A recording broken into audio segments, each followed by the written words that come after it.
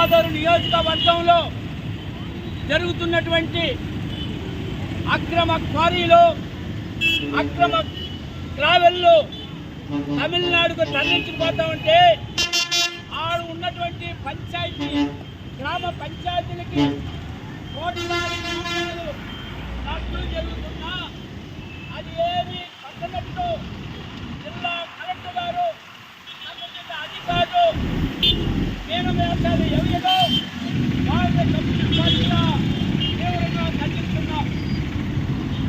ఈ జిల్లాలో అవినీతి ఒక పక్క జరుగుతూ ఉంది, అక్రమ క్వారీలు జరుగుతూ ఉంది.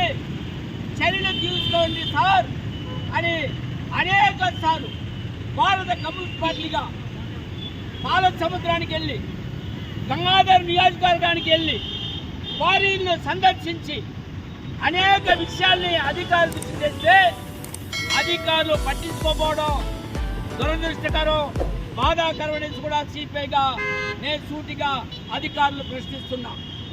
మేము ఒకటే చెప్తున్నాం, పత్రికా విలేకరులు ఏదైనా తప్పు చేస్తే మీరు దానిపైన ఒక కమిటీ వేసి ఒకవేళ విలేకరులు తప్పు చేసి నిరూపణ అయితే వాళ్ళపైన యాక్షన్ తీసుకోవచ్చు.